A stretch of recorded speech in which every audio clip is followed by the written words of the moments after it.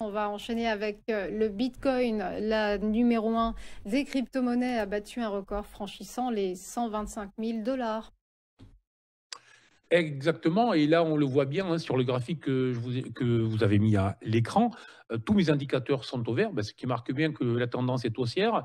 Les indicateurs sont au vert depuis maintenant plusieurs mois sans qu'il y ait du rouge pour les indicateurs de fond.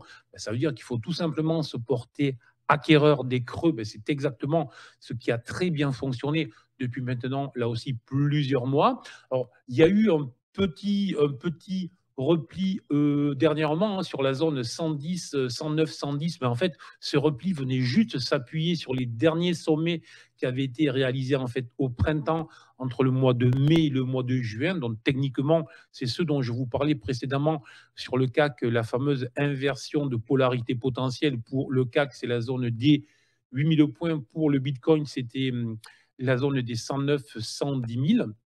Bon, c'est exactement ce qui s'est produit là. Il y a eu une accélération.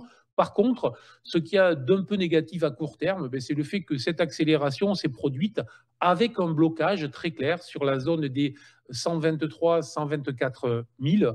Autrement dit, il y a eu des ombres, donc des prises de bénéfices au-delà des sommets.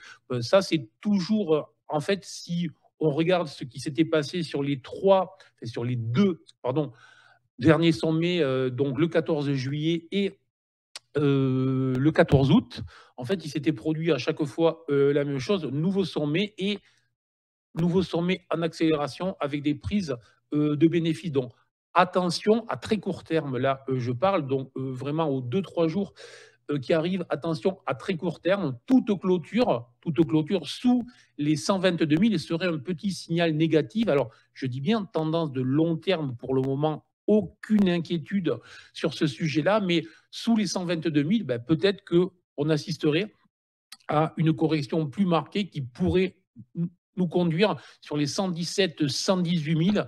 Et c'est vraiment sur cette zone-là que tout se jouerait. Donc, c'est aussi moyen, long terme. Court terme, petite alerte. Tant que les 122 000 sont support, il n'y a pas de souci. Par contre, sous les 122 000, prochain niveau à surveiller 117, 117 500. Et sous les 117 000, là, par contre, on rentrerait probablement dans une correction de degrés supérieurs.